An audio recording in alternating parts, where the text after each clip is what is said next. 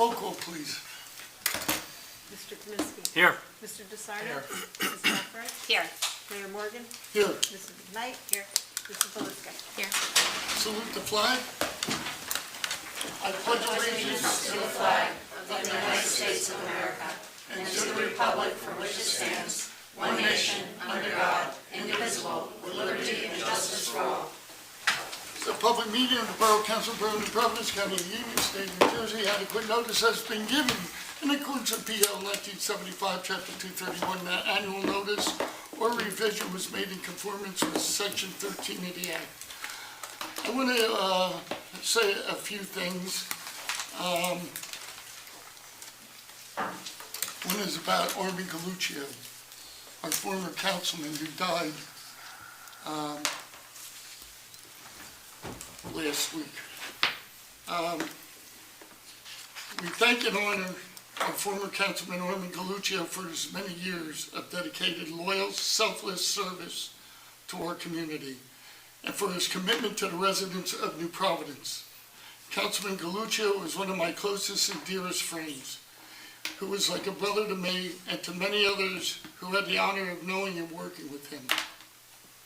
He was always honest, always honorable, always gave good advice, and always represented the council and our community well. He was always a gentleman, always approached and handled every situation with kindness. Armin was truly a good man, a loving husband to his wife Mary Ann, a good father to Dawn and Bill, and a doting grandfather to Nathan and Ava, all of whom just adored and loved him. Armin had an outstanding tenure on the New Providence Borough Council. His wisdom and expertise was an integral part of our governing body, a seat he ably held from 2009 to 2018. He contributed tremendously to the successful functioning of our council and to the well-being of our citizens and community. He served as a member of the New Providence Zoning Board of Adjustment under New Providence Memorial Library Board. He also served as leader of the high school marching band wagon. Armin was a Grand Knight of Knights of Columbus, also served president of Packet Club on our Municipal Alliance, on the Downtown Alliance, and was active participant in the Lions Club.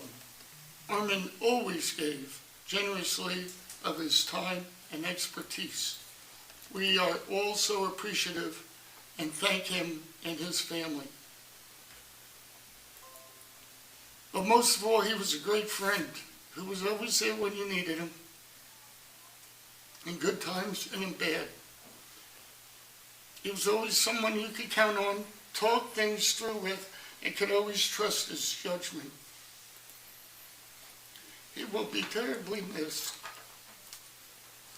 And we thank Armin for his good service, his dedication, and his many years of friendship. May he rest in peace. Could we please have a moment of silence?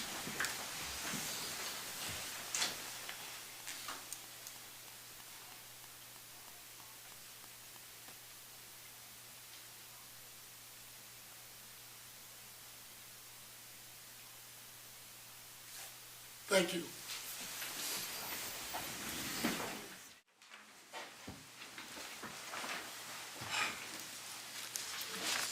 The other thing I wanted to mention tonight was we are well aware of many people are, heartbroken, just like all of us are, about the demolition of the floors. For me, a UPS driver in town for 25 years. And the owner of the florist, Charlie, and I were very good friends and still talk, even after he retired. I was in there, probably 5-6 times a week. Charlie was a true community partner. Everybody remembers, especially people like Wendy and I, who were born and raised here. He always gave out at the Christmas walk a rose to everybody. He was generous. The one thing that Charlie did, and which most people don't know, after 9/11, every September 11th, Charlie, without being asked, always put a big red, white, and blue wreath on the monument outside. You know, we all hated to see the structure go, but we all are, you know, under legal constraints. And, you know, that's all I have to say right now, but believe me, if there was another way, we would certainly have done what we could have. So, let's move on with the meeting. Approval of minutes of February 8th, please. So moved? I'll second that. All in favor? Aye. No, so be it. We have a couple presentations tonight. Sunil, you and Laura, you want to come up too? They are the co-chairs of the Diversity Committee, and we thank you for all that you do for us. Thank you, Mr. Mayor, Council. We have submitted our planned set of events for this year. Hopefully everyone has a copy of that. I don't know if there are any questions. We're probably going to follow up with Nadine and Diane, get into the details, but you know, where we need help with community resources, we'll be reaching out to them as well as to Allison. We had a very nice meeting with Allison in the art room a few days ago, Laura and I, and that was great. So that help is appreciated, and I think we've got a fairly full lineup of events, as you can see from our planned calendar. If there are any questions, we can take them. We'll submit more details. I think, as Matt had reminded me a couple of years ago, we'll create a little Excel sheet, put in the details of particularly where we need help from the borough. Yeah, that's what we had discussed this afternoon. So they're giving us an overview of everything that they are planning. It's great. There's a couple of new events this year, different things. It's nice to see it mixed up. I like the addition of Asian Pacific Heritage Month, as well as a menorah lighting.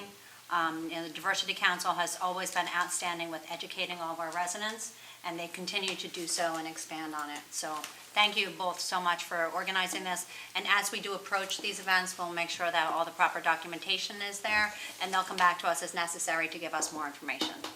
Thank you. I do want to talk a little bit about Laura. So, you know, as you know, committee work can be you know, a certain amount of effort, and I'm really pleased that the Diversity Committee unanimously has nominated her as co-chair. So I think that will balance our workload. And I do want to talk briefly about Laura. So Laura's a really wonderful citizen in our town. She's been here for 27 years. She grew up in Ecuador. She's worked in the education field for several decades. I'm going to say. She's worked in the field for a long time. She has tremendous experience in public schools, including teaching. She's held administrative positions in both urban and suburban school districts. She's worked as a Middlesex-Mercer County Executive Superintendent and Acting Chief Academic Officer. So that's really, she's bringing a wealth of experience and knowledge to our committee. I feel privileged that she's joined us. She has also launched a consulting firm dedicated to supporting work in the field of special education. So I'm really hoping that great things, we'll see great things, and Laura will be a big contributor to our civic life. She also, on a personal level, leads Unico National Kenilworth Chapter in New Jersey. This is a community service organization, in addition to her current participation on the New Jersey Council for Young Children, a governor-appointed committee.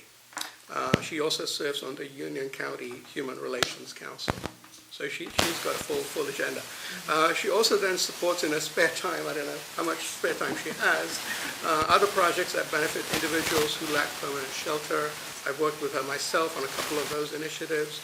She helps at the Sandwich Ministry at Our Lady of Peace and looks forward to supporting the Community Service Association, CSA. She enjoys listening to audiobooks while taking her daily work. So I'm going to turn it over to her. She wants to say a few words, but I think you know, collaboration across the borough initiatives that we're working with the council and the diversity committee, she's going to be an invaluable asset. Laura. Well, I did not prepare any remarks. I need to tell you that right now. However, I do look forward to working with Sunil in advancing the work of the committee. It's been a pleasure to be part of the committee for the past year and a half or so, or maybe 2 years, and I truly am committed to advancing the work. So thank you for your support. Thank you. Thank you. Thank you, thank you. Actually, I had a question actually for Sunil. Sorry, I didn't get my question out quicker enough. Number one, looking at the list, I want to say it looks great. I remember years ago on the committee, just talking through what, programming they wanted to run for the year. So I just wanted to see if you could just talk to that process. I think it's important for everyone to hear how you decide, the programming that you're going to run for the year, because there's a lot here now, which is great. And then I'm assuming there may be other things that came up that didn't make the list. Maybe they'll make the list next year, whatever. I just wanted to if you could just provide that feedback, that'd be great. Thank you for asking that, Matt. Yes, I mean, as you know, we look at the potential of what the committee can take on. Everyone's a volunteer on these committees, and so if we have 9 or 10 events lined up, who's going to take the lead in that? So that's one factor. We have currently about 16 or 17 active members, so we look at that as determining which events we're going to support. We also look at feedback. Sometimes we get mostly positive, but sometimes negative feedback. So we try and adjust accordingly to make sure we're representing ethnic and cultures that are representative of the town. We won't be able to do every event for everyone. I'm a great supporter of Welsh choirs, but we're not going to have a Welsh choir concert in New Providence anytime soon. But if you really want to support us with that, we'll go for it. But the other thing that we determined this year is we have the capability to do things on social media. We've had a lot of experience with Zoom, most of you have, so why not promote an event in a virtual manner on social media, and if there's interest, do a Zoom event. So they're not listed here, but we plan to celebrate whatever people feel is important to them. To give you a simple example, one of our committee members, she's from Nepal, so we're going to celebrate a Nepalese day, a New Year. But it'll be a virtual event. It'll be a virtual thing. We want to actually have committee members dedicated to that. And actually, just to expand on that a little bit, I see this year for Black History Month that you are giving, whoever's doing the social media is doing a great job because they give a historical person each day and educate people about different people. And I think that's an outstanding feature. So to utilize social media for education purposes, that's a great tool that you guys have begun using this year. Thank you. So thank you for that. And we're seeing feedback from the community on, the educational aspect. Mm-hmm. It's great to do events and celebrate, but maybe some focus on education also. Education with a small e, not heavy-duty curriculum, is beneficial for our supporters. Exactly. Thank you. Well, Sunil, you and I got together in 2014, and we together had a vision, and you fulfilled that vision. Thank you. We wanted this diversity committee to be a cultural and educational committee so everybody can learn everybody else's culture and understand it. After all, our shared vision was we're all Americans. We all have different backgrounds, but that's what makes America great. And I can't thank you enough. You and I have worked a lot together, and I know I couldn't have done it without you. And you probably had the biggest heart of anybody I've ever known. So, only after you, Mayor. No, I don't know about that. But, No, I think it's... You're always very steady, calm. You don't get excited. And you know me, I can get excited. But no, I'm in true amazement of what you have been able to accomplish, and with Laura helping you here, because I know it's a big burden, and you took a lot of it on yourself. So I can only see bigger and better things happening. So thank you both. Thank you, Mayor. Thank you. Thank you. Appreciate that. Thank you, everyone. Thank you very much. Okay, now we have a presentation from our former councilman, Jim Madden, who I am happy to say got the Union County Municipal Alliance Award, Man of the Year. And You know, Keep going, it sounds I'm better. truly, Every time this award gets bigger and bigger. That's it. whatever. Thank you. But, you know, you talked to me about 2 years ago, well, probably before COVID, and you were very concerned about the Municipal Alliance concentrating on alcohol abuse. And you said, well, you know, it really should, you know, get more into the drug abuse. And you've even brought it full circle about mental health, which I think is probably the one thing that a lot of people miss. And, you know, New Providence is not immune to a lot of things that are going on here. And I can't elaborate on it, but you know, and I want to commend you and the Municipal Alliance for the work that you're doing. Thanks, Mayor. You know, first off, I want to mention Armin Galuccio. It's ironic a bit, I guess you could say, that I can't think of anybody who gave so much to a town, you know, from a caring perspective, from, you know, to understand civic duty and civic responsibility. I think you could put Armin's face on a T-shirt about that, you know, how he cared and loved this town so much. And then the two committees that he really worked so hard with and drove process and progress was Sunil and the Diversity Committee and the Municipal Alliance. And it's kind of maybe it's Armin's way of saying he's here with us today in the fact that we're doing these two presentations on the day a week ago from his passing, unfortunately. But it was a great honor to serve with Armin over 2 terms. I got to sit next to him right over here. Very passionate about supporting things he felt strongly about. And that wasn't always an easy thing to do. He had an incredible amount of courage and fortitude, but he always had his heart in the right place. And I don't think anybody could ever disagree with that. I'm here tonight to talk to you a little bit about what's going on in our country and in our state, and then how it relates to our community. I'm going to share some figures, and I'm not sharing them to scare anybody, but I hope it brings light to the topic. Over 96,000 people died of drug overdose this past year in this country. 72%, 7 out of 10 of those overdose deaths were contributed to by heroin and opioids.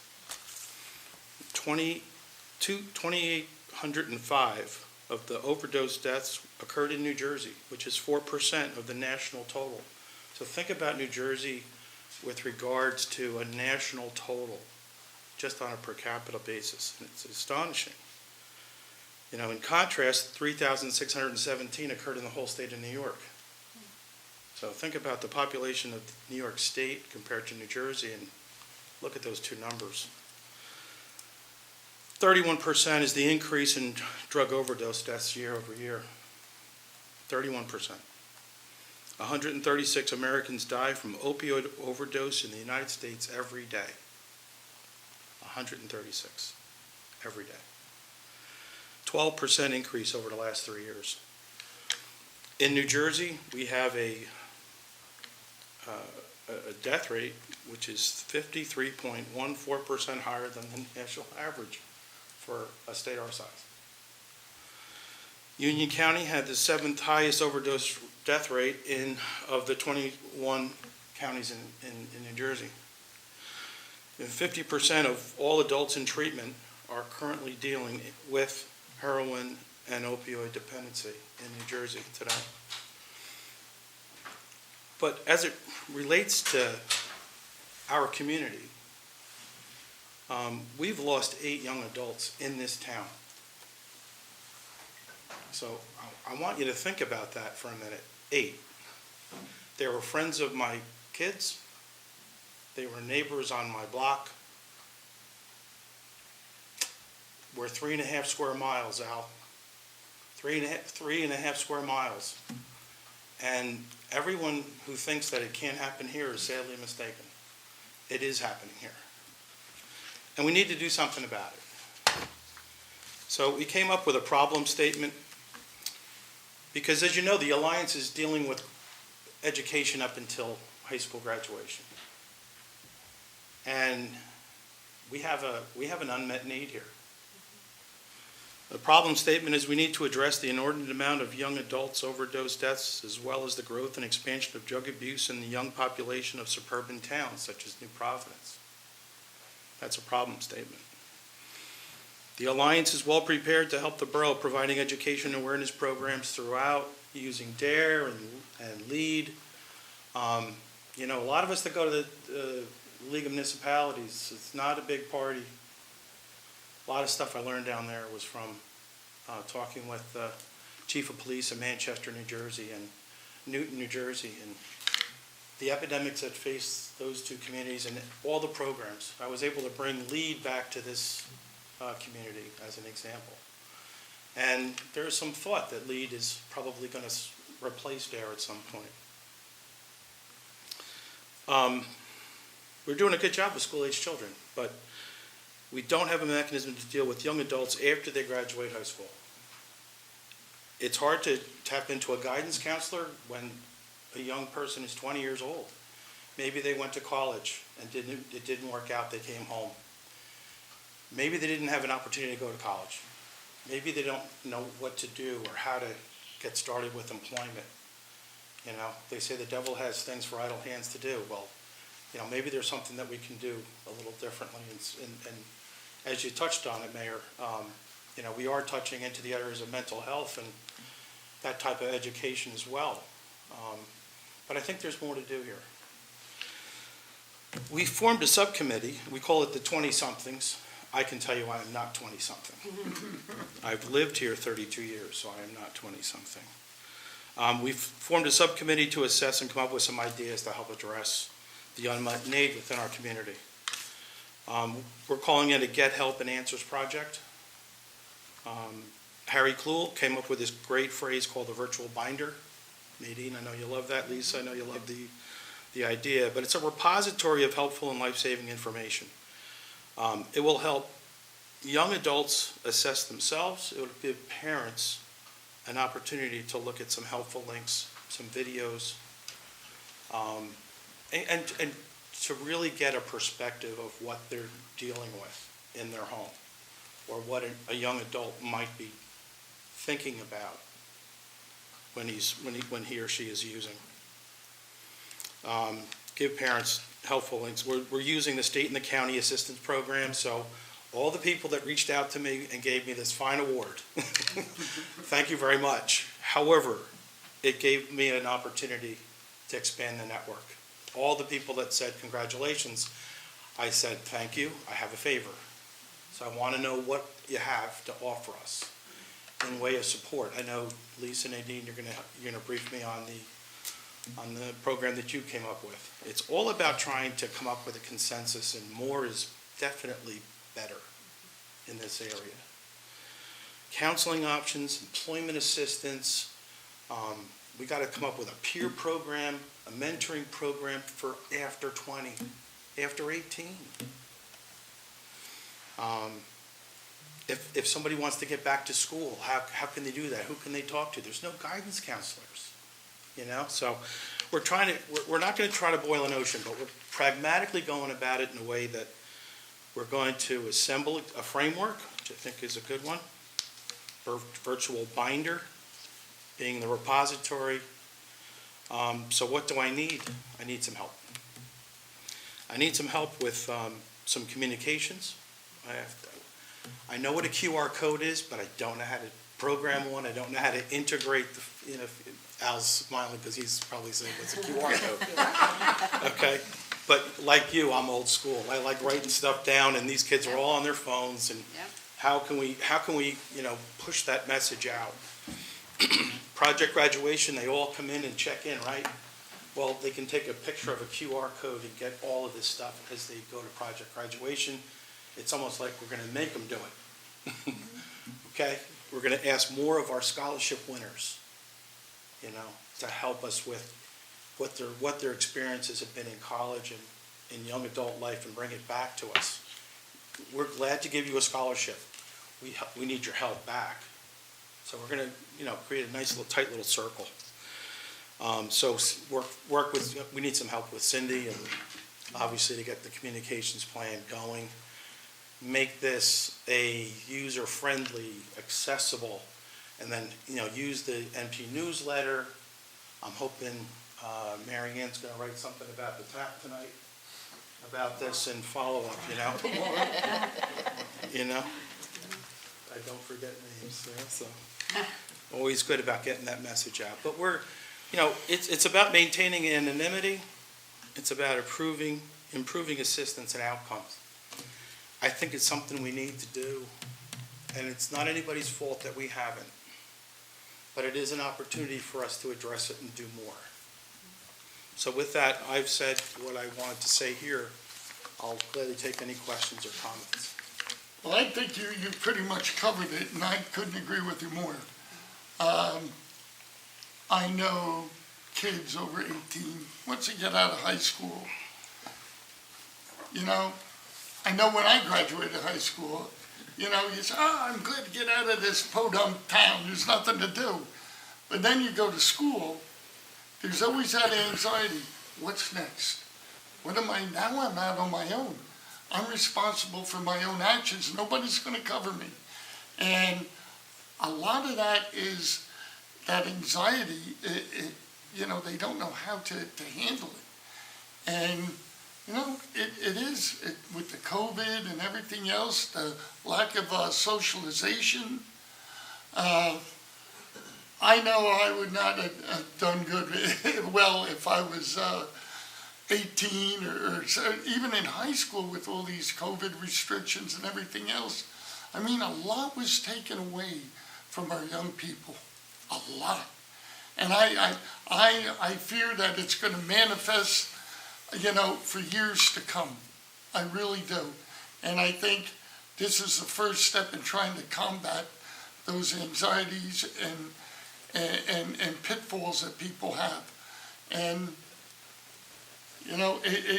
I know for a fact that suburban towns get hit very hard with this. I go to mayor meetings and everybody says, the same thing.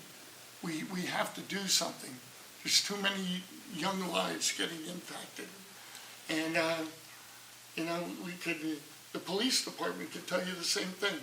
They can't tell you names, but they can tell you there's a problem out there. So I just want to thank you and the Alliance for what you're doing, and I'm behind you 100%. Excellent, thanks. And, while I'm up here, we never have enough members. We've had a turnover over the last couple of years.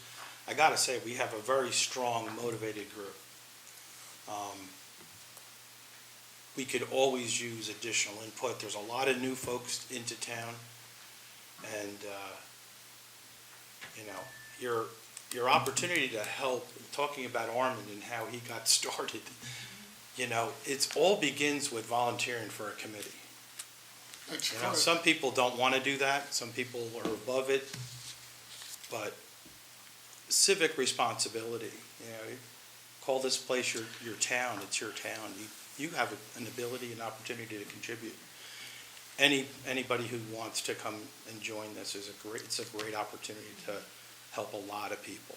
Well, former councilman, I want to thank you for your powerful and moving presentation. And I think you're right. What's on display tonight here, and I just feel very honored and proud to live in a town like this. Mayor Morgan, you spoke very eloquently and deeply about your former councilman and friend. Sunil's presentation, a man who's given so much to this town from a diversity perspective, and you, councilman, and you're deeply passionate about this, and you're right on target. I think the community couldn't use this more, so anything I could do to help as well, I'll be there. Thank you. Thanks very much. Thank you, Councilman. Jim, I have one more thing. Yeah, sure. One other point that I really like about the QR code is not only is that a tool set that we can offer to the 20-somethings, but it's also something for the parents. So we had talked about, when they log in for project graduation, how about one of the parents actually bring them in. So the kids do one side and the parents do the other. And I think that's going to be a valuable card that they have on their phone because sometimes parents It's are out there. 100% improvement over and- the idea that we brought to you, so. there you And, go. and parents are out there and they don't know what to do. So any little tidbit that we can help and give people to have something in their virtual binder to help out their children, I think will be greatly And, appreciated. you know, I couldn't ask for better liaisons than Nadine and Lisa here, in terms of assisting and pushing and facilitating. It's really welcome and thankful. Thank you. Of course, thank you so Thank you, much. Jim. Okay. Okay, let's go to correspondence. Lawrence D'Amelio about the Woodbine Circle utility and road work. I mean, we mentioned this months ago, that this is going to take place. You're going to see a lot of utility work done throughout the borough. The gas company is putting in new gas lines, high-pressure lines, and the water company is putting in new piping. You could see it all over town, that when it gets cold, and then warm, and then cold, like it's been doing, you get water main breaks all over. So this is to alleviate future hazards. And since we are going to be paving the roads, most people don't realize this, but before we pave a year ahead of time, we have a list. And we send it to the utilities and saying, these are the roads we're going to be paving, so if you're going to do any work on these roads, take care of it now, before we pave. Because if they don't, they rip it up, they pave the whole road. So, I mean, and there was an instance not too long ago on Marion Avenue where we just paved the road and they ripped it up and they had to repave the whole road. So I understand people's frustrations. I think the people on Fairview Avenue had the worst experience whatsoever with the utilities. Hopefully this will go a lot easier. But it is a long process. I know they did it in the front of my house. I live on the corner and on the corner. It just is what it is. And, we need the upgraded infrastructure. Most of these roads, like Woodbine Circle and the newer portions, were all built in the 50s and early 60s. So, they're 60 years old, a lot of them. So you need the new utilities. Concerned members of the Historical Society, I think I talked about that, but if anybody has any questions, we have our borough attorney here to answer any questions at the public hearing. Sierra Club, Mr. Swanson's here. We are read it, and we're going to consider, council's going to consider your letter. Patrick Kelly, the Me Lane Pedestrian Bridge.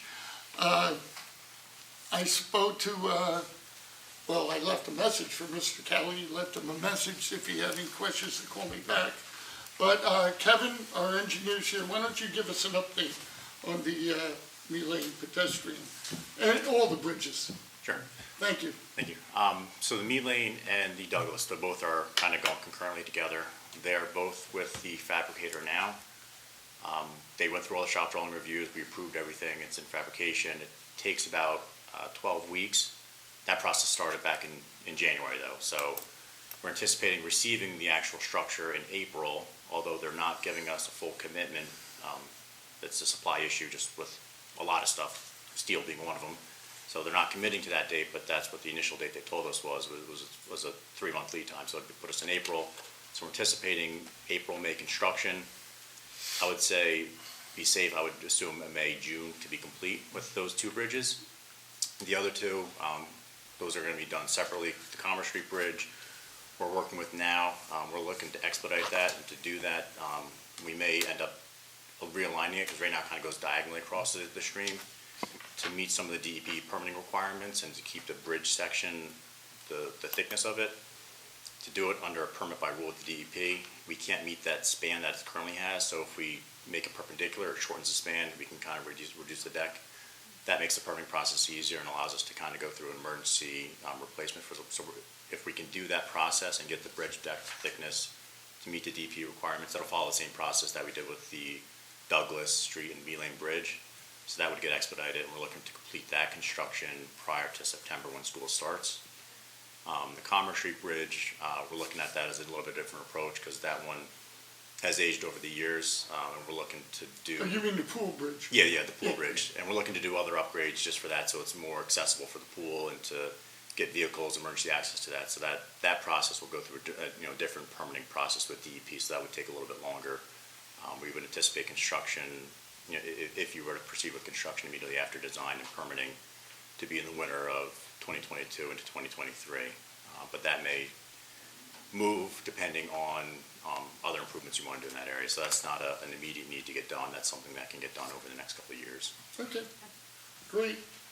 Thank you, and I know people say you should have made it a priority. We actually did. And I think Kevin explained it quite well, is that it's hard to get steel. And you have to get permitted, and the big obstacle, I guess, on the Commerce Street Bridge is that we have to go through DEP requirements. And I know Andy said something to me about having to sign a letter that bridge was there in 1964, 65, which it was, so, okay. Any comments? Seeing none. Let's go to council business. Pete, community activities. Thank you, Mayor. Resolution 2022-71 is a salary resolution. This resolution seeks to hire a gym supervisor for our adult evening programs. Resolution 2022-72 is a resolution approving the application to the 2022 Health City Grant Program. This is a resolution requesting permission to apply for a $30,000 grant to help offset the purchase of outdoor fitness equipment for the tennis court area. That's it. Okay. Matt, finance. Thank you, Mr. Mayor. Resolution 2022-073 is a transfer resolution, appropriation reserve. These are our traditional transfers required at this time of year for budget line item adjustments. Resolution 2022-074 is a resolution authorizing emergency temporary appropriations. Again, as typical this time of year during the budget process, prior to enacting the new budget. These are the emergency temporary appropriation resolutions that provide for continuing operations of the borough. And Resolution 2022-075 is a resolution authorizing payment of the attached bills payable list in the amount of $4,119,352.90. These significant items in this payables list is our first quarter county purpose tax of $3.6 million, our first quarter county open space tax of $115,000, and our February state health benefit premium of $103,000. Continue. Okay. You're Engineering. still up. Okay. Engineering and construction. This is introduction of ordinance 2022-01. This is amending section 310-33 of the Code of the Borough of New Providence entitled Signs. This is updating the sign language we spoke about the last few meetings. The planning board did a review of all of signs ordinances from local peer communities. And the one adjustment they wanted to make was to amend a section G4 of our sign ordinance, which states all of the aluminum signs shall be either indirectly lighted or of the diffused lighting type unless illuminated by an interior source. No sign shall be lighted by using unshielded incandescent bulbs, lasers, neon or gas discharge tubes, mirrors reflecting a direct light source or similar devices. Buildings or structures may not be outlined by tubing or string of lights except for seasonal lighting, which may remain on a building but shall not be illuminated post-season. So that was the recommendation of the planning board to update that sign ordinance with that wording. And that's the introduction of that. Resolution 2022-076 is a resolution authorizing release of performance guarantee to Riverbend at New Providence in the amount of $630,036 for 22 South Street, Block 231, lots 15, 17, 19, 20, and 27. And this is a release of the performance bond and the cash portion of the performance guarantee for Riverbend. The project has been reviewed by our borough engineer and is sufficient, and that project has been underway for about a dozen years or so at this point, so Yeah. that's all I have. Okay, we have raffle requests for Our Lady of Peace, RA 1160 through RA 1166. All applications have been properly prepared and reviewed. Resolution 77 is appointing volunteer interns for the police department. We're going to have 2 interns that come from college, and they will be very, very useful to Chief Gazaway, doing a lot of archive removal and things like that. So, good luck. Okay. Yes, I have one I with get us. it. Yes, we have one right here with us. Grace Falzola. Yes. Well, welcome. She was one of my Girl Scouts. Of course. Take some credit. Who wasn't? Okay, Public Works, Lisa. Yes, thank you, Mayor. So first up, we have a request to advertise for summer help. Ralph Parlapiano, who's our Public Works Manager, is looking to hire 3 seasonal workers to assist him over the summer months. It's a nice opportunity to get some of our borough kids working this summer, so he's looking for 3 kids. Typically, it goes May through August, and it's full-time. We have Resolution 2022-078.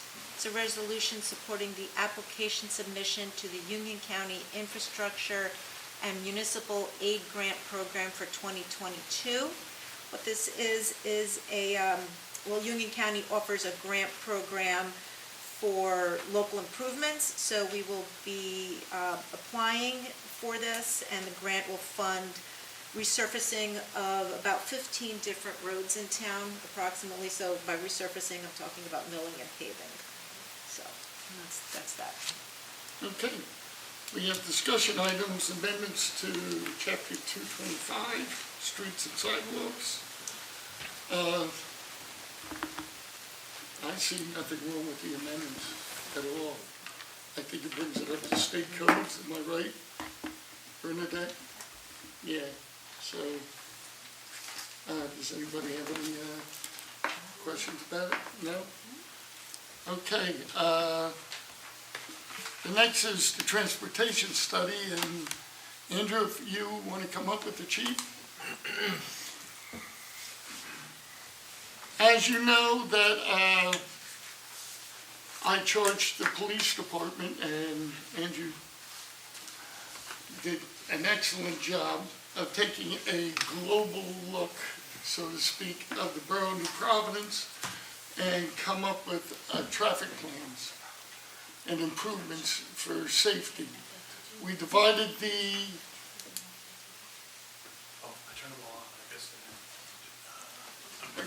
we divided the town into 4 quadrants.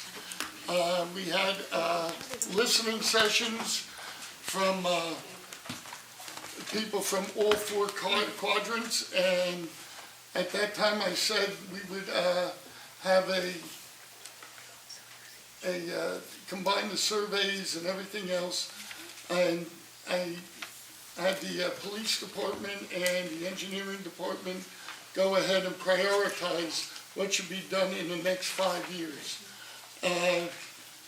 As I indicated, is that we will go through this every October or November and listen to the public of all 4 quadrants and make changes wherever we have to. It's a living document, and we want to make sure that we keep on track of the priorities. I mean, it's very simple to say, this is what we want to do, and then as long as we keep on track, we want to be able to complete this in 5 years. So, Andrew, I'm going to leave it to you, and I really want to thank you, because I know the time that you put into this. And I know you've gotten calls, and you're doing the best you can. There's limited funds, and, I know you have had your guys out there doing street a week, all sorts of things, and I know for a fact that some people come up to me, hey, I got a ticket, what should I do? Pay it, but, as I said, from the very beginning, that most of the people that get tickets for speeding in the residential areas are residents themselves. So we try to put it out there.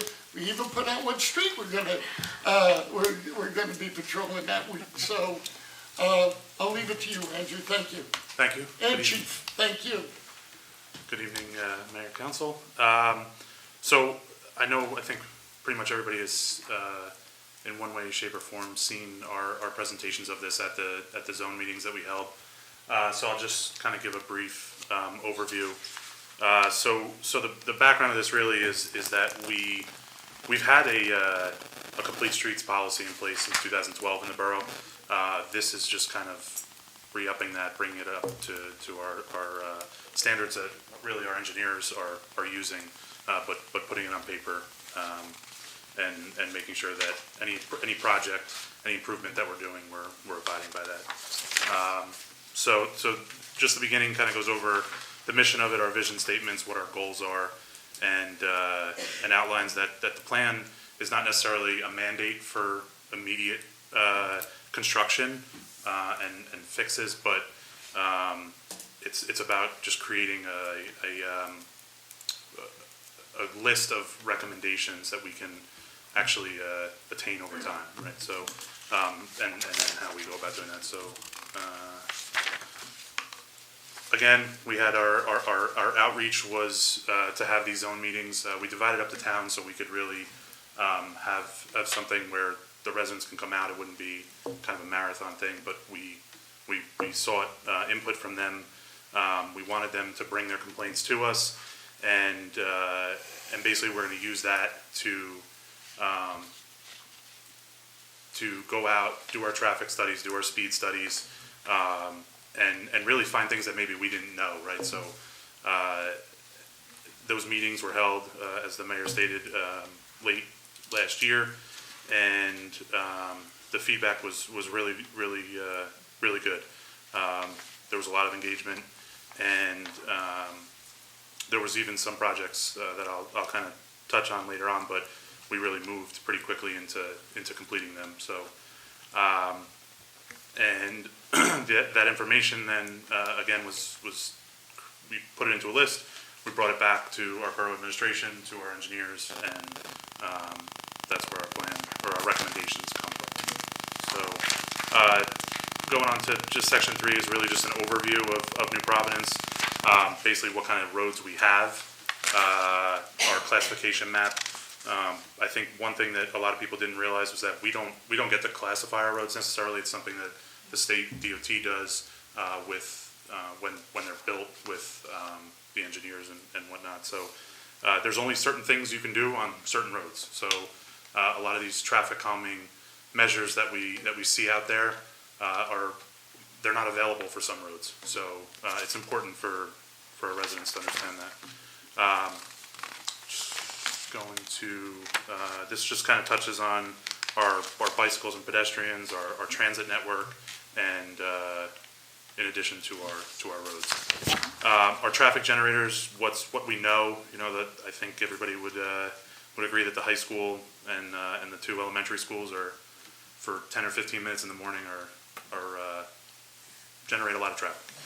So and then what we know about our future traffic generators, which is we know they're coming, right? So we touch on that in here, and we want to make sure that as we move on in this plan, you'll see in section 4 we talk about our future demands, which is an overview of what we want to see as those are built, essentially, right, and those plans are being made. We want our borough planners, our borough engineers, to work with the developers to provide traffic impact analysis documents, so we can see and not have to come back later on and say, okay, how do we fix this, right? So that's covered in section 4. Moving on to section 5 is basically our long-range planning. Again, we have existing policies. Again, since 2012, we've had a complete streets policy. We just recently updated it, and which you'll see it in here. It talks about updating it, which we've done, which was a couple weeks long task to just kind of comb through and just make sure that we're touching on everything that the state recommends, so we can when we apply for these grants, we meet the grant requirements and don't get bumped out for not, right? So adopting a pedestrian safety improvement program, an intersection improvement program, and implementing borough-wide traffic calming guidelines. So the calming guidelines are completed. It's basically a 4-step process that we use internally in the police department when a traffic complaint comes in. So step 1, obviously evaluate it. Step 2 is to go out with enforcement and education efforts. Could be, basically inexpensive things such as restriping, upgrade of signage, things like that, and includes a speed study. So that is, we're full steam ahead on that. Talking about our one street a week, as you brought up before, each one of those streets we're doing a speed study on prior to going out there. So we're getting the information of the best times for enforcement, things like that. So using technology and making sure that we have that equipment to go out and do that with. So we bought a new device at the end of last year, and it's been working really well. So moving on to our recommendations. Administratively, I'll just touch in here on what we've done, and this is probably the crux of what everybody's looking for. So we have began a review of Borough Ordinance 257. We've worked with council and with the borough attorney on some things in there already, the towing statute, some other things, and we're going to continue to comb through that and bring everything kind of up to today's standard. Our one street a week program, we're doing a speed study in week 1. Then week 2, we go out, we do an education enforcement. So if you see 2, 3, 4, 5 police cars out on a street and they have cars stopped, that's most likely what we're doing. So and then afterwards, we've been placing our temporary speed feedback signage on the roadway. We've continued our intersection line of sight enforcement, so that's Borough Ordinance 225. I know there's a lot of people who've gotten my notices, so I think we've handed out probably close to 130 of them at this point. Not the most popular program. Yeah, but it helps. So updating our website, this was a big one. Our website has been updated. Right now, you can go on there. There's a traffic safety section. You can download, you can read about our responsibilities. You can download all of our traffic studies from 2021, which includes the county studies that we requested and our studies from 2022. So you can see the evaluators on there, the reports on there.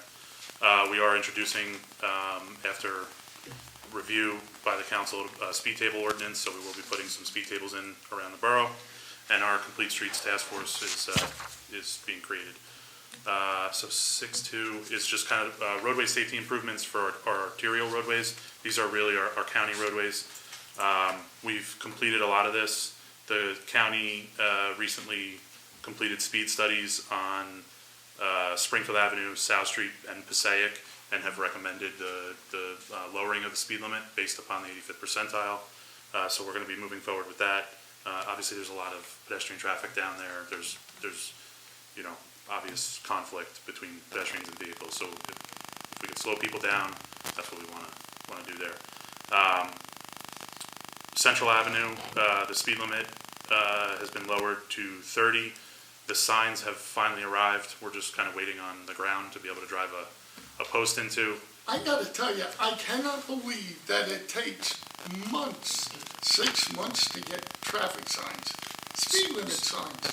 So just to kind of add some clarity to that, so traditionally we go to the county for our signs that we need quickly. Yeah. They make them for us down there. They have a sign shop. Due to the shortage of material, they shut it down. Yeah. So we couldn't go to the state because they shut their program down. The county shut theirs down. So we were forced to go to a state contract vendor, and they said, when the material comes, you'll have your signs. Get in line. So yeah, basically get in line. Yeah. So And then there was COVID Right. mixed in. Yeah, I know, it's unbelievable. Upgrades to some streetlights as far as putting in brighter LED fixtures. We are going to be upgrading the rapid flashers at Springfield and Ridgeview, and Springfield and Livingston. So those are the pedestrian lights that you see flashing quick in town. We're gonna be upgrading the last two that have the old style lighting. Moving on to collector roadways. So Union Avenue, obviously, we've made some considerable upgrades there, and there's still more coming. We are involved in communications with New Jersey Transit and the State Department of Transportation that oversees railroads in the state to make some changes to the geometry of the crossing, essentially.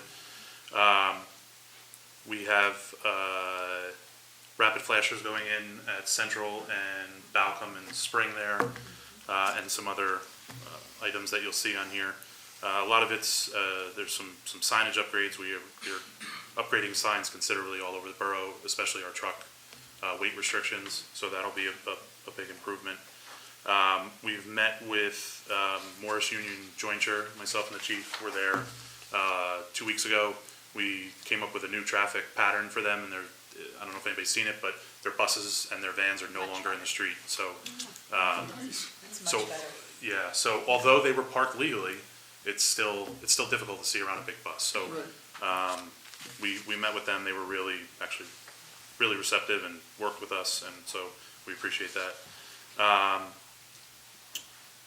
There's just touching back on Union Avenue with the speed limit drop now, and given the time that we had to wait to enforcement actions, anything out there, we're now looking at upgrading some of the pedestrian crossing signage for the crosswalks there, and evaluating some additional crossing guards along that roadway. Moving on to local roadways, we can kind of go through this, but this is really the biggest part of it. There's a lot of curbing, drainage, and paving updates coming from our municipal aid grants.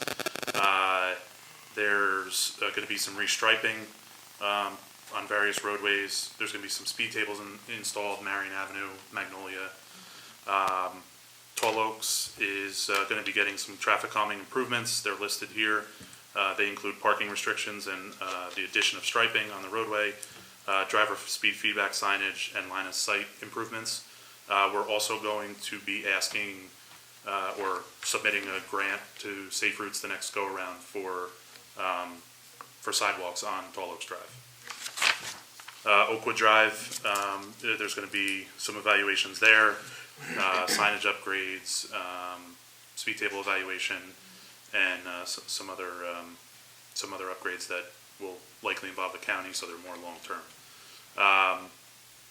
Schindler Place, and Woodbine, we've received, we purchased right at the end of last year, we purchased the flashing stop signs for there, so we're waiting on them.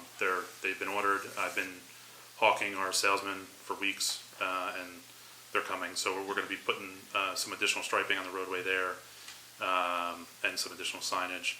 And then Pioneer Drive, Providence Street, Balcom improvements, I've touched on that before, but the high school is going to be getting some changes over there. And at the end of our presentation, you'll see kind of our prioritization that's being made in concert with the mayor and borough council, our borough administration, the chief, the Department of Public Works, and our borough engineer. And that's basically those decisions are being made based on data, right? So crashes and things like that, the speed studies. Funding is being prioritized for this through federal, state, and county grants, our municipal budget, and private sources where applicable. Safe routes, we have a lot going on with safe routes. There's sidewalks being installed around Roberts School, around Saltbrook School. So that's more to come on that, but Central Avenue from Livingston to Maple is getting a sidewalk on the south side of the roadway. And Hawthorne, Crane Circle, there's some additional sidewalks being installed over there, Willow Street, in that area as well. So that's outlined here. And then tracking our progress, which is equally important. So it's pretty straightforward. The Traffic Safety Bureau completes a monthly report submitted to the chief, which eventually goes to the borough administrator. It's our intention to put our progress on that report and then have it reported to at each council meeting, also to put out on social media, and then at our yearly zone meetings that we're gonna hold. Also at the end of the plan, you'll see the listening session notes, which includes a presentation that was given by a community organization up on Tall Oaks, so that's all in there. You can see what the residents reported back, and we can check off as we go. Internally, the traffic complaints can come in through our traffic complaint form that can be filled out. They can be at Borough's action line, and then we're tracking it internally on a sheet, and we put notes in it and basically show everything that we did. So that's the plan, and if there's any questions, we're here to answer. I really want to thank you for all the work that you've done, Andrew. And I know with the supply chain shortage, nobody really wants to hear it, but it's real. And It's real. it's real, I know. But you've made a lot of progress already since November, and I think we're on track. And I know, Bernadette, we put a lot of money into the budget for traffic. So between the grants and what the municipality's going to kick in, we should be able to do a lot of improvements over the next year. And I want to thank you. Anyone wishing to? Yeah, Bill.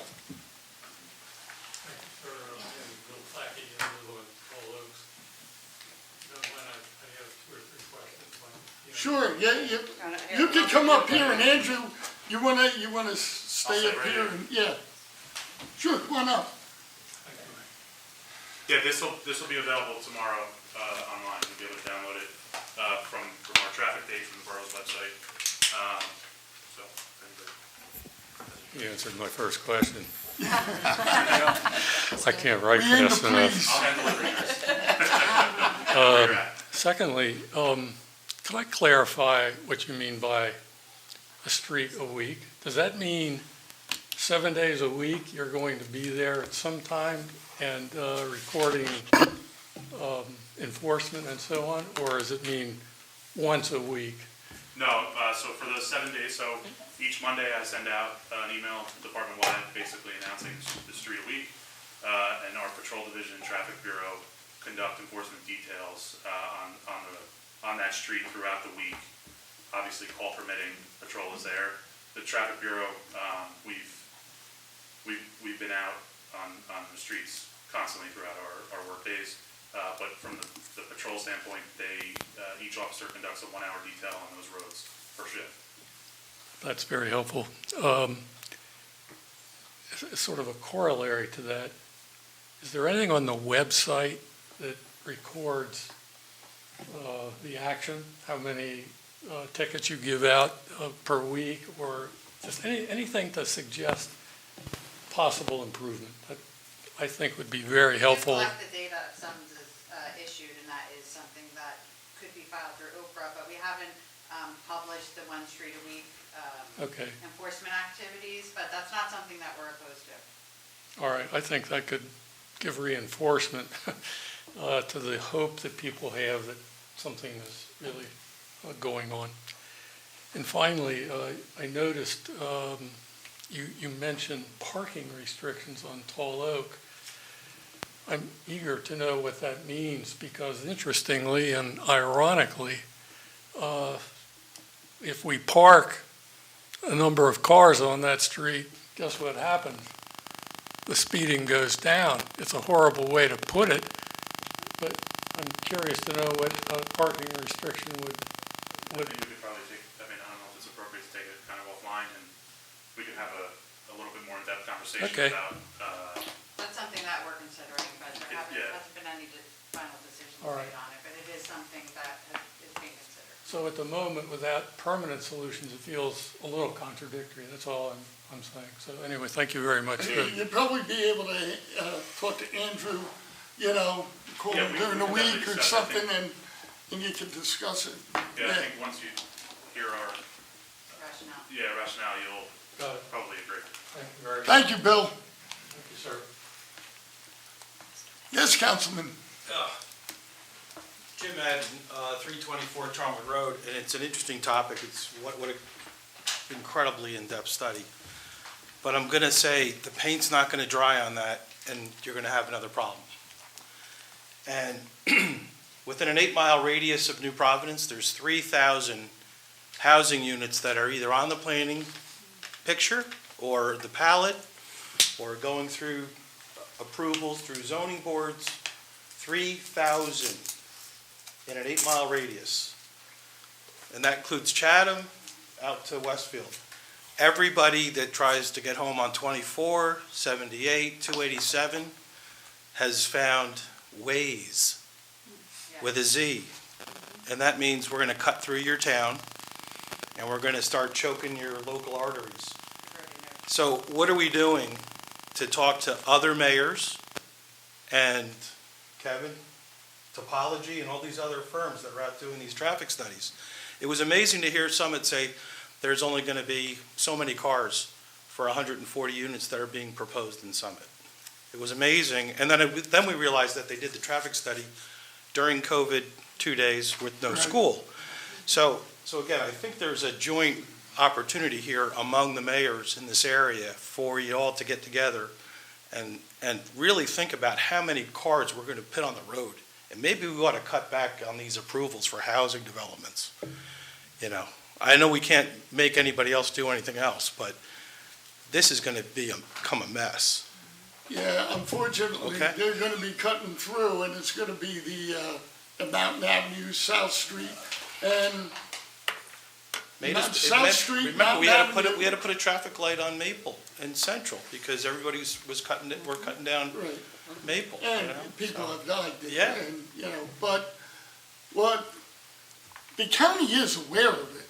I mean, coming from the eastern end of the county, like the Westfields and Fanwoods and Scotch Plains to Morris County, there's only one way you go, and that's through New Providence, through Chatham, Southern Boulevard.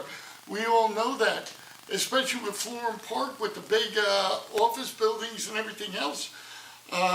It's a problem, and hopefully we'll be able to address some of those things. They're county roads, so we really don't have any say, but Yeah, I'm just saying, it's going to be something to think about. One thing The that study is intense. I was We very have seen impressed. some effects on our smaller roads already, Right. some waves Once that- these cars get out, these things get built, there's going to be two cars per unit, and then the next thing you know. the other thing that we were looking at, and the county's looking at, we asked for them to study it, is the timing of lights in town, so there'll be a better flow, and they're doing that now. But we also were thinking about trying to get a light at Yale's Drive and South Street. That way, it would give a break in the traffic so that people could pull out of the shopping center, which has been a nightmare. So I don't know, we're trying, we don't know if they're gonna do it. It's their street, so, but I think it'd be also helpful because a lot of people cross there. So, because you have the school. So that's some of the things that we're looking at, but it's a good point you brought up. Yeah, just to dovetail off that, yeah, absolutely, more volume on the way, right? And also, I think at the same time, we're seeing an increased desire of residents to walk and bike ride and be outside. So I think you have both those things happening at the same time. So this is certainly important to our community and our residents here. You know, I really like how you went about this. A lot of community input at first, which is tremendous, and then a robust study. Obviously not something that's going to sit on the shelf, this study. This is something you're going to live and breathe and continue to work on. I like the fact that it's forward-looking, as we discussed, and something that I think we'll continue to revisit as time goes on, so.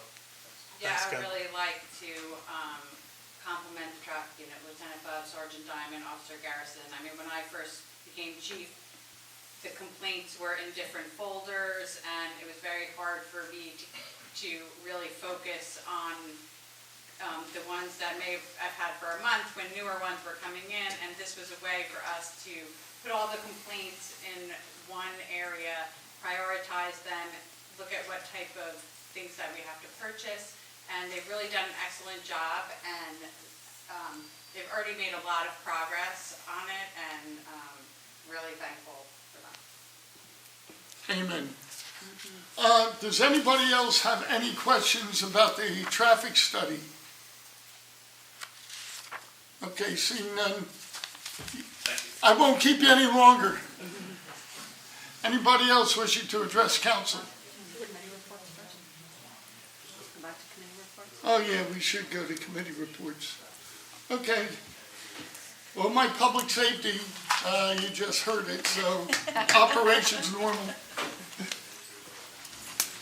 Okay, Matt. Okay, thank you, Mr. Mayor. So just two things. One, budget. The Finance Committee, we met again tonight, and we are getting closer, all right? We're sharpening our pencils and getting ready to finalize that budget. Still working on that. And the other thing, Board of Health doesn't meet till next month, but I just wanted to mention, they did send out 2 clinics that I just wanted to discuss. They're walk-in clinics for boosters and vaccines. Friday, February 25th, from 3:30 to 5:30 at the LCJ Summit Middle School in Summit. You get your Moderna, Pfizer, J&J vaccine. And that's for anyone age 5 years and older. And then on Saturday, February 26th, from 1 to 3 p.m. at the Westfield Library, 550 East Broad Street in Westfield. Again, you can just walk in. This is a COVID-19 pediatric and booster vaccine clinic for anyone 5 years and over. That's all I had, sir. Okay, Pete? Yes, Mayor. So Capital Review Committee, which I chair, feeds into the Finance Committee that Councilman Kaminsky just spoke about. We had our second meeting on Tuesday the 15th. In attendance was the mayor, Councilwoman Joffrey, our borough administrator, CFO. We've also done a really robust review of the capital requests by the departments within our town. So at this meeting, we had our fire chief there, as well as Anthony Carnival from our wastewater treatment plant. The previous meeting, we had Chief Gazaway and Ralph Parlapiano from DPW. So again, we're doing a very robust review, and we'll be having another meeting in the next week or so, and then feed in our recommendations to the Finance Committee. With regard to community activities, some announcements. Registration is open for the 2022 Community Garden via Community Pass link on the Recreation website. There are 37 total plots available, and all applicants will be waitlisted upon registration. If the number of applicants exceeds the number of plots available, a lottery will be held to determine who receives the plot. If chosen in the lottery, applicants will then be released from the waitlist and build their 2022 fees. Spring season registration is open, including youth, adult, and the baseball, softball seasons via Community Pass. Classes begin in March. The summer catalog will be available on March 1st. Registration begins 9 a.m. Available on March 1st. Registration begins at 9 a.m. on March 8th and 9 a.m. on March 15th for the Teen Venture Camp only. We will be offering full and half-day camp options. The Recreation is hiring summer employees, including camp counselors and swim teachers. Interested parties may apply via Community Pass or can call the Recreation office for more information. As far as my other committees, Mayor, Shared Services, we met on February 11th Councilwoman Belixa, myself, and our Borough Administrator, Bernadette Cicaro, had a really good session. Our Borough Administrator took us through many of the shared services that we currently participate in, and we had a nice discussion on the type of things we would look out for with regard to future possible opportunities. This town does a nice job in partnering with surrounding communities when it makes sense, and in order to, not only for the town, but for our taxpayers as well. Finally, our Sustainability Advisory Committee will be meeting next tomorrow night. And that's it. Thank you. Okay, Nadine. Thank you. My two committees had presentations this evening, so operations normal for me. Well, thank you very much. You're welcome. Please. Put my glasses on. So the Communication Committee did not have a formal meeting, but I just, part of communication is, having effective and efficient communication with our residents. So I just wanted to remind everyone that if they have questions or if they need information, we have ways to get that. We have a Facebook page where we pump out information and news. We have our website that has a wealth of information. But besides that, all of us council people here, right here, and Bernadette and Mayor Morgan, we all have emails. If you have a question, we're accessible, and we will respond as soon as possible. We have an action line, so you could put in a question, a thought, a concern, a complaint, a compliment, whatever you like. Again, we will get back to you as soon as possible with those. Council meetings, if you can't make it to a council meeting, they're on the website the next day. The council meeting minutes are put out as soon as they are approved by us. So just, wanted to remind everyone that you don't need to guess, you don't need to, speculate. You could just come and ask us. The information is available, it's here, and we just don't want people floundering. We'll get you the answers that you're looking for. Besides that, the library board met last week, and they are moving along. They did open up the bookstore downstairs, so as you remember, that had sustained some considerable damage from Ida. So that is all done. They have a beautiful new floor and some nice new bookshelves, and now they just need to stock it. So if you have any donations of books, they could use them to restock that bookstore. Also, they are looking to move ahead with preparing for full operation of the library. So what does that mean?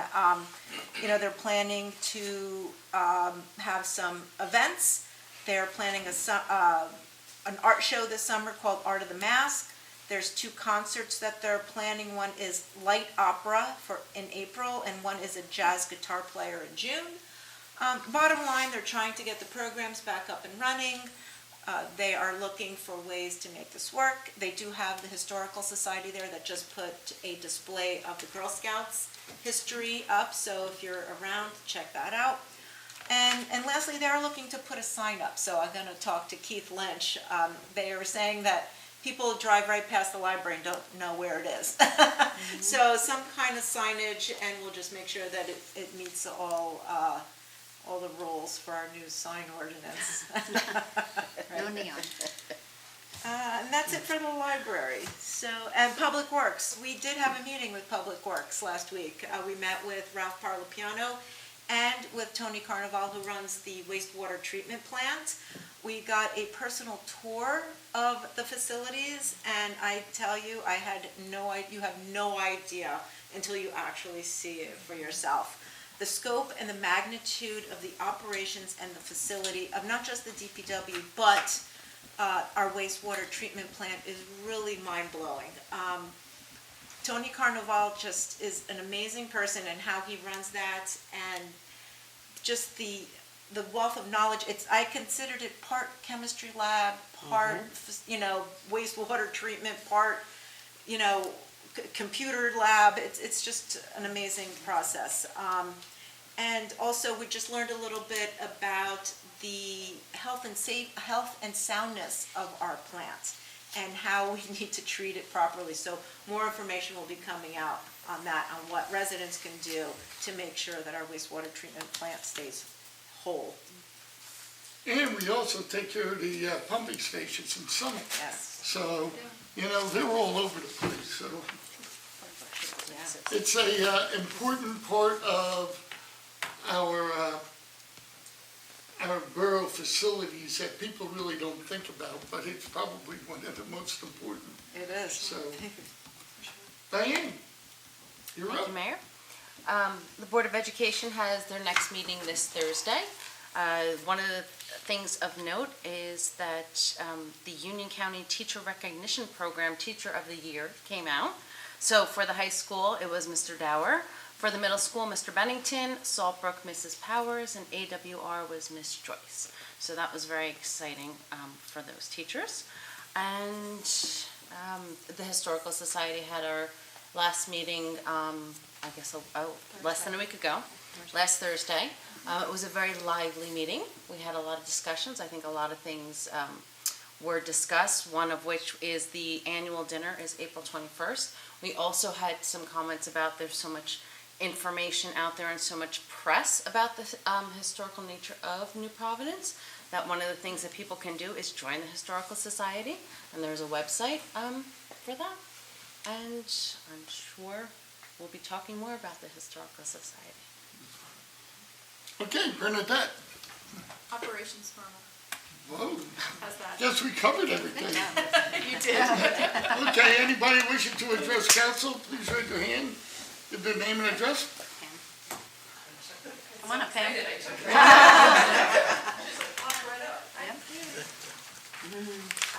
Hi. Hello, I'm Pam Yoss, I'm Laura Haddad. and we are Berkeley Heights residents, but we are opening a business in New Providence, so we came here tonight Terrific. to tell you about it, because we're really excited to be part of the business community in New Providence. But quick, before, as an aside, as a Berkeley Heights resident, I also sit on the executive board of the Diversity Council. And so it was super fortunate to get to hear Sunil speak, because I know Sunil, and we've worked with him. We do a lot of work together, and they're really a terrific group, so I just was excited to see him as well. So we are excited to announce that our new business, Lavender and Sage Boutique, is opening up 1312 Springfield Avenue, right between Prestige with Jimmy and Harry and John at Cartridge World. Lavender and Sage is a curated boutique. We are turning everyday shopping into gifting with impact. So what that means is every purchase at Lavender and Sage has a story, it has meaning, and it gives back in some way to underrepresented artisans around the world. We hope we become your favorite place to shop and gift, and we really can't wait to help people find the perfect gift. And we believe that these are gifts that you'll feel good about giving, so it's a win-win, really. We're also really excited to be part of the vibrant downtown in New Providence itself, and we hope that we're attracting people not just to our business, but we hope that we will help bring new people to New Providence downtown. As some background, because you don't really know, I know Nadine, but as some Nadine knows background, everybody. she does know everybody, and I did communications work in Berkeley Heights, so we had Yeah, we talked talked about. then as well. So we are a business partnership of 4 women, and all of us have spent decades supporting our communities and our schools and our local communities and our local shops. And so we're really excited to be bringing that enthusiasm to the New Providence downtown as well with Lavender and Sage. New Providence is already central to our lives, so we shop here, we dine here. If we're not at Prestige, we're at Providence Kitchen Bar. where we're kind of hoping it's margarita night. I don't know if you heard that. We might go there afterwards. But we're always here in town, and so we're excited to grow our relationship with New Providence by growing our business here, because our business is really brand new. So this is a big deal for us. We do really hope that we're attracting new customers to your downtown, because it's our downtown too. And shopping small and shopping local is something that's near and dear to our hearts as well. Our grand opening is Thursday, the 3rd. And, March. yes, coming up, like not this Thursday, but next Thursday. And we very much hope that you'll all come by and say hello and get to know us, and we'll get to know you. And we're just excited to be here. Well, the best thing to do is write down all the information for the ribbon cutting and on Oh, the we would action love to do a line. ribbon cutting. Yay, I thank you. even have ribbon and big scissors. Oh, we love big scissors. You just have to let us know a week ahead Who of do we time let or know? Whatever. He's looking over there, okay. Yeah, Bernadette, okay, we will find you. and Yay. we welcome you with open arms, and I love your enthusiasm. So that's great. Thank you. We're We're always very happy to have excited. new businesses in town. We're very, very excited, and we're very excited about hoping that you find gifts that you just love, but know that they do good in the world too. And as you get to know us, the thing that we really love to do the most is talk about our artisans and the stories, and how people are empowering themselves through the work that they're doing, fair wages and sustainable practices. And so these are really gifts that we hope that you'll feel good about giving, and it's something that feels good to be part of. Great. Thank you. Well, good luck. Thank you so And we'll much. see you on the 3rd. We'll be Oh, there. very good. Okay? Thank you so much. Sure. Thank you. Thank you so much. Anyone else wishing to address council? Yes, Dan. Hello, Mr. Mayor. How are you? Doing well, how are you? Good.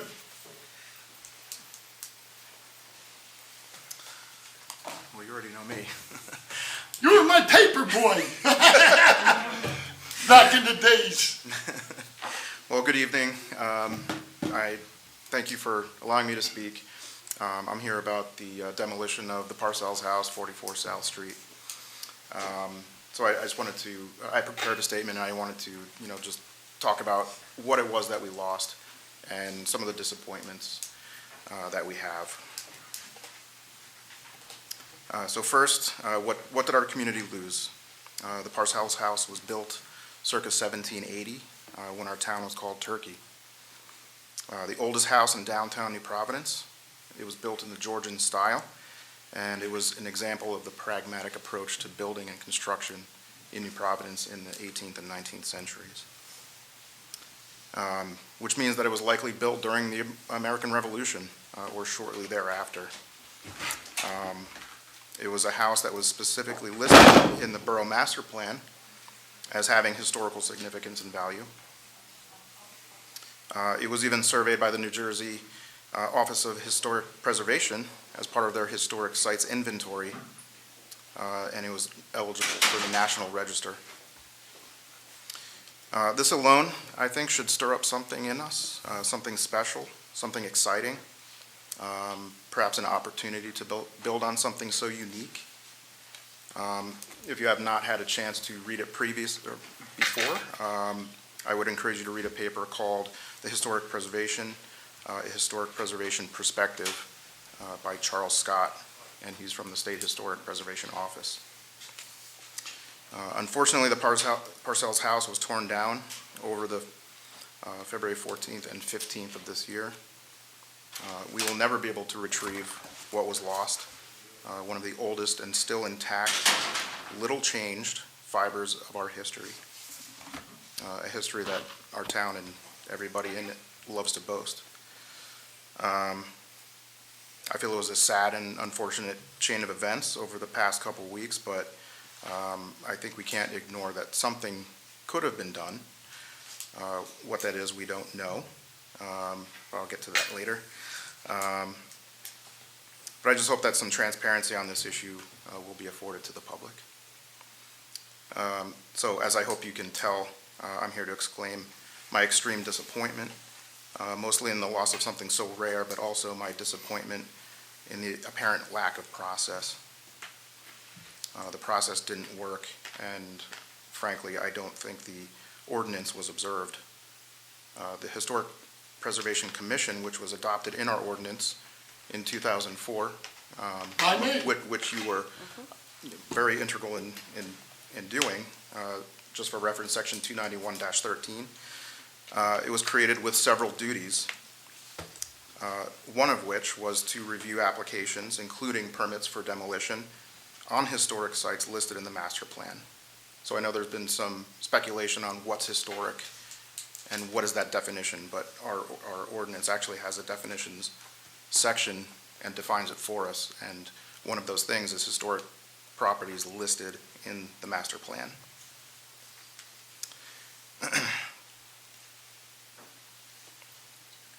So I think, part of our town's heritage and character has been lost for our present and future generations, a heritage that belongs to all of us. And I think we need to make sure that this process is corrected and followed from now on. And we need to have the required members appointed to the Historic Preservation Commission. So I want to thank you all for listening, and just want to say that I would be honored to be appointed a member if it came down to it. So don't think that there's a lack of interest, and I'm sure there are others that, share my sentiment, and, perhaps someone else will be coming up and speaking as well. So I just want to say thank you. Well, thank you, and Dan. Good night. And I share your sadness, I really do. I mean, I was born and raised here just like you. And the florist was, well, I remember when it was across the street and then they moved.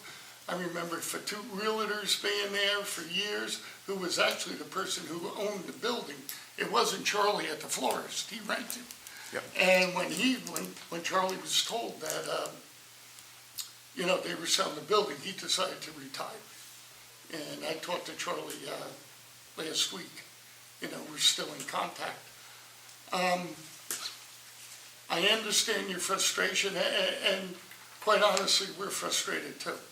I started that commission back in 2003, 2004, with the Doty House, which is the oldest building in the borough.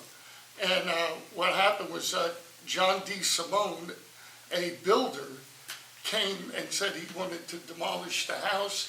And we said, well, really there was nothing we could do, but I talked to the Board of Adjustment and the engineer, and I guess it was Bob Seek back then, or Keith, and we don't believe in flag lots in the borough. But I talked to, I know Billy, you were involved, and he was the planning board attorney then, and we decided we'd create a flag lot just for that parcel. So he built a house, a big house in the back, and we were able to sell the Doty house, and for him, it was a win-win. He got to sell two houses. So, but that was the origin of it. Now, there's a lot that goes in. It's a committee that had recommendations. That's it. And I guess Billy, you could go into the legalities of it better than I can, but I know our hands are tied no matter what. I think it is important to understand the nature of what that commission is and the limits of its authority. It is a commission that's created with advisory powers only. It has absolutely no authority to limit, restrict the sale, alteration, use, demolition of private property. It simply couldn't do that. It's a commission that was created for the purpose of evaluating, looking at the inventory of properties that existed and providing information, education, and reports to the board, to the different boards as requested and the council as requested. Those commissions exist entirely within the context of the municipal land use law. And so they have no other authority. And so it's just important to understand. So if you looked at the municipal land use law, which provides for the creation of a historic preservation commission, it actually lists what they can do, and 4 or 5 duties that they're provided. Each and every one of them is advisory. So ultimately, regardless of the commission's recommendation, with this property, and I think everybody on council shares the same concerns, but ultimately, there is nothing that the construction official could have done to stop the demolition. It's private property, and there's no authority in our ordinance to do anything other than receive a recommendation from the commission. So it's kind of the background of how it works. Once that demolition permit is given, I understand that there's little legal recourse you can take at that point. But I think the point is, if that demolition application had been brought to the building official, and he was supposed to give it to the Historic Preservation Commission. And although there's no members appointed at this time, I don't think that relieves the obligation to fulfill those requirements. And so I think there was an opportunity missed, and I totally agree, maybe we could not have saved it no matter what. But your recommendation statement, it is advisory, but I think that advice, any report that might have been written by the Historic Preservation Commission could have been given to the planning board. There could have been a public meeting. There could have been public outcry at that point.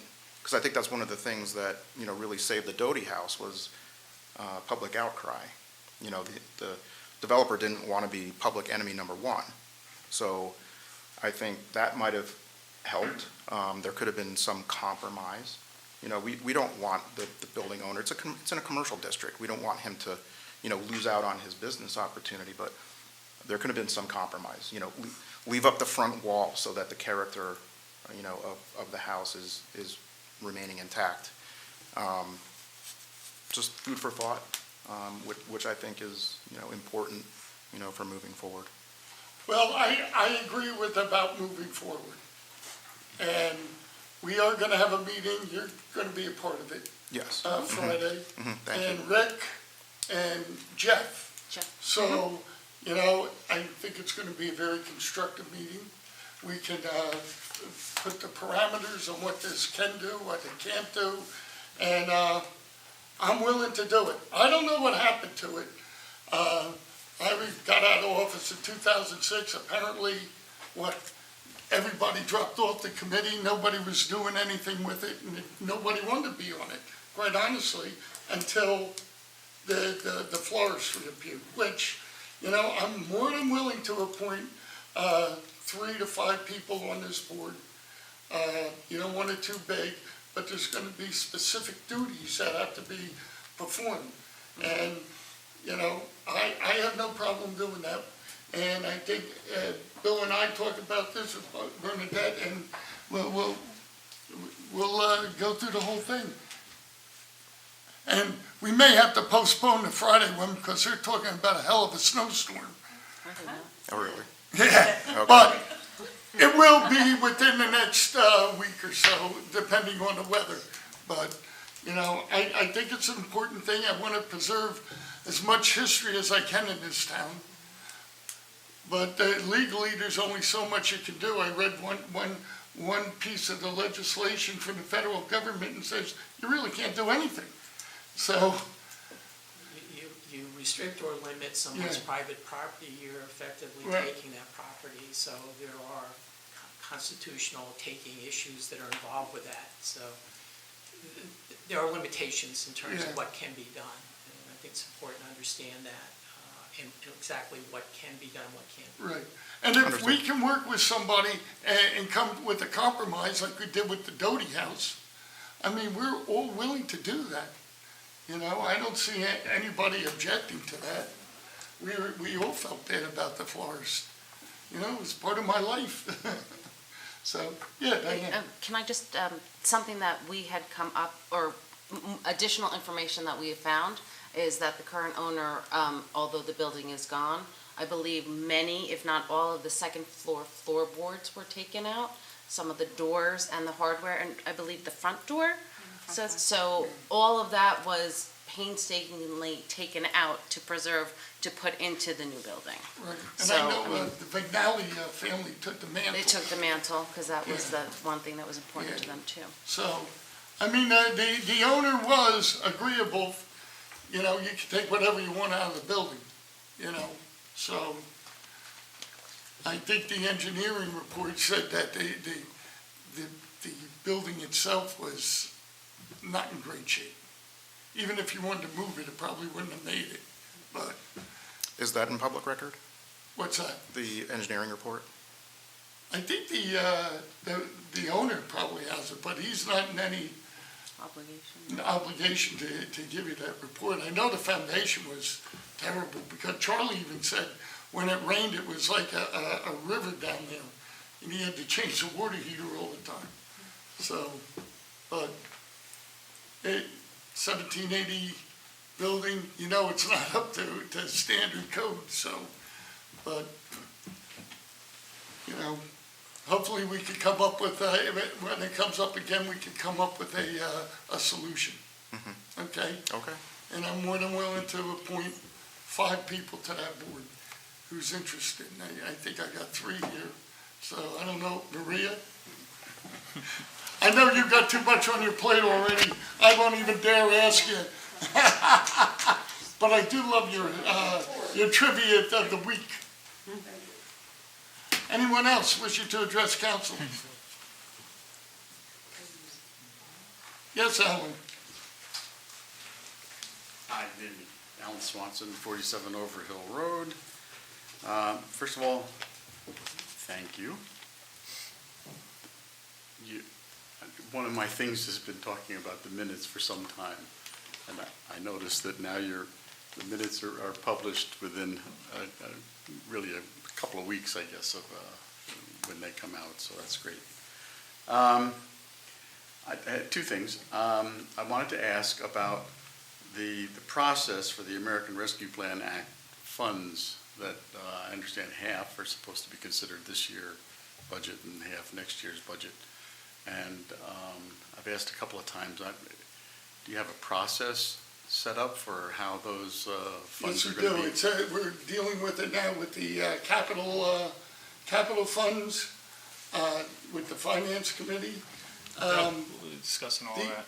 We, in fact, we just discussed it, is that the rescue plan funds can only be used for infrastructure. You cannot use it to offset taxes. No, I'm aware of it. Yeah, so we're using it to upgrade a lot of things, like things down at the wastewater treatment plant. You know, there's a lot of different things that we're looking to spend it on. Is there a process for, the act calls for some input from citizens. It's varied considerably across the country. There are some areas where they've actually had meetings with the public and that sort of thing. Is there any consideration for that input from citizens into that process? You'll know about it at budget time, what we're going to spend it on. I mean, it's very narrow about what you can use it on. So, I mean, like Hurricane Ida blew out roads. You can use it for infrastructure, for roads, and I understand what the restrictions are, but one of the well, what are you looking for, Alan? Let me ask you that. I didn't know if there was going to be any kind of a public input portion. The act calls for citizens to participate in the process of determining how the funds are going to be spent. And I just was wondering if that was something. Okay, I mean, we can do it at the proper time. I'll have to look at have our attorneys look at it. That's fine. That's fine. I didn't want to belabor the point. I do want to mention with regard to the resolution that I submitted that I appreciate that you said that you're going to consider it.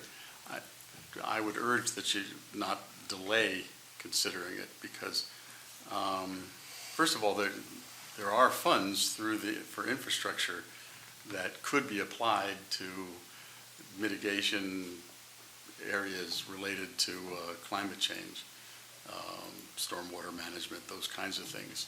So that's part of what I'm saying in terms of the input. The other reason not to delay is that there are a lot of communities in the area that there's only 2 so far, just Chatham and Madison. But Morris Plains, I would suspect Chatham Township, I would imagine Summit, Westfield, Fanwood. There are going to be a lot of towns that are going to be jumping onto this resolution. It's becoming an issue with a number of coalition groups and alliances in the area that are interested in seeing this resolution adopted because a lot of us in the environmental movement feel that it's not enough to recognize at the state level, even at the national level, that the issues related to climate change need to be addressed and that the recognition needs to be acknowledged that climate change mitigation and prevention need to be addressed at all levels. And that's exactly what the resolution is intended to do. And the fortunate thing for you is that the resolution doesn't really call for spending any money at this point. Everything costs money, Alan. It calls for creation of a plan. And that was the one other thing that I wanted to mention was that you don't need to feel that in creating a plan for mitigating climate, environmental issues, that you need to do it here and just rely on the expertise or resources of people who are here in New Providence. There are environmental commissions, there are organizations like the one that I represent that have a great deal of knowledge in this area, and there's no reason to feel that that you need to invent something yourself for the plan. There's a lot of plans that are out there, a lot of things are happening across the country, but especially in New Jersey right now. So it's important to do that. So that's why in the letter, one of the things that I encouraged was to take advantage of the charges that have been provided to the environmental commissions in any of the towns that are passing this resolution. They are charging people to complete the work on creating those plans. And to be honest, from town to town, it's not rocket science. A lot of the issue and the mitigation, the process and the things that can be implemented are very similar. So that I would urge you to take advantage I of want it. to talk to our attorneys and our engineer and see where we're at before we make any kind of decision. Yeah, there's a lot going on. Yeah. There really is right now. A lot. I know. Believe me, I know. Good, okay, that's it. Thank you, Alan. Anyone else wishing to address council? Yeah, Rick.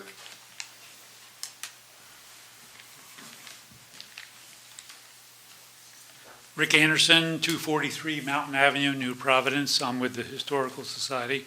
There's been mention previously tonight of Armin Galuccio, and I remember when Armin was a liaison for council with our Historical Society, and I remember fine interaction with him, so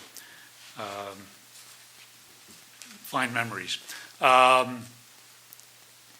I'd like to first thank the council for their support for the Historical Society over the many years, supporting us, the services at the Saltbox Museum. More recently, the council's support of our historic marker program. And also, we look forward to, hopefully, with council's approval, having the Historic Academy bell refurbished and restored going forward at the old academy in Borough Hall. As previously mentioned by many people tonight, I am saddened about 44 South Street, and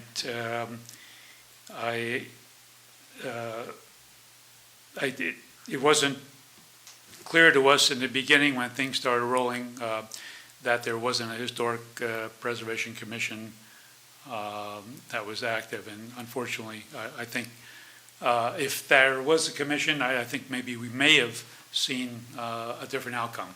But I'm very positive about our going forward, about the restoration of this commission, and hopefully we can do something to preserve other structures here in town. So I look forward to that. Thank you. I thank our current liaison, Councilwoman Diane, for her support of our society, and former liaison council president for her prior support, and we look forward to a good relationship going forward. So thank you very much. Thank you, Rick. Thank you, Rick. Anyone else? That's for last, huh, Maria? Maria DeLuca, 1522 Springfield Avenue. First, I want to say thanks for the shout out about the library display. I'm really proud of that. That's my project, if you didn't know. And we are really proud of our growing relationship with the library and doing more projects together with their 100th anniversary and our post too, and working together. So really happy about that. Happy that there's going to be plans about the HPC, and no, right now I'm not stepping up for that one. I'm support. I have my own projects I want to do with the Historical Society. I just, not to beat a dead horse, I won't repeat anything anyone else said about 44 South Street. I guess my big question request is more just about the communications or plans. We have emails. I went back today, like every email communication we had, and it started in October with Michelle. And so I wish, I guess, that there was a little more straightforward answer that we got. They're like, I don't want to say conflicting. At one point then it said it was condemned, but the owner was like, oh, if you want the house, you can have the house. It's in good shape. So that conflicted, if you know what I'm saying. And we know that he saved the boards when he gave Sarah Jane the tour. We were the one that suggested, can we keep more items? And he was like, that's a great idea. I want it for the restaurant. So he kept the boards. So totally for the business, and glad he kept those things and took the suggestions. But one of his statements to us, and I can only say what he told us, was that he was like, oh yeah, when I wanted to buy it, they said it wasn't significant, so I knew there wouldn't be any trouble. And so I think that is our underlining concern. Was one of his statements was, I was told it wasn't significant, so there wasn't any problems with me demolishing it. Well, did the owner, the previous owner, say No. that to him? The current owner told. Well, that's You what had to get it from someone. No, did he get that from the previous owner? His response to one of our members was just, I asked if it was historically significant. I wanted to demolish it. I was told no. So that is our concern about keeping the HPC, because he was like, I didn't want trouble, but I was told it wasn't significant. I think that's where, to us, it hurts. His response was, I asked, I was told no. Whereas on our end, research shows it is on the list, or it has some significant, or just a conversation. So that we can't stop anyone, it would have given him some thought, a moment, is all I'm saying, is that the answers, and I'm not saying who, anyone is right or wrong, just what they said, what we heard, what this one responded with, that, it just wasn't clear. And I kind of just, going back to emails in October, just wish it was a little more, we got this answer, or you can't do this. Because I'll say on a different level, when I was here with my daughter, I complained about the construction next to me on Saltbrook Road. It is 1 year later. And again, that house didn't require a variance letter because it was a big enough plot. But I'm saying 1 year later, I'm still dealing with this. So for something that didn't require a variance, it still annoys me 1 year later. Now, it's not as bad as when they closed the roads and I couldn't leave my driveway, sure. But I'm just saying it's been 1 year. So to the open communication aspect, I get that it wasn't needed a variance, but some consideration that to inconvenience me for that long, and my view sucks now, it just would have been nice. I get there's not paperwork, but I'm saying the same thing, the public outcry would have been nice to find it, or if we could have just looked up the answer ourselves of the policy, or what is or what wasn't. It's just, it was too gray for my opinion, I guess is what I'm saying. So that was it. It was just, I'm glad there's a plan going forward, if we can just have a little more straightforward and open communication. Let's note it. I mean, we get it, and we want to rectify it, so, Okay. yeah, That's it, thanks. okay. Anybody else wishing to address council? Seeing no one, I declare the public comments closed. I need a motion for 1 through 11, please. So moved. Second. Roll call, please. Mr. Kaminsky? Aye. Mr. Jusarno? Aye. Mrs. Jeffrey? Yes. Mrs. McKnight? Yes. Mrs. Belisca? Aye. Okay, our favorite part of the meeting, motion for adjournment. So moved. Second.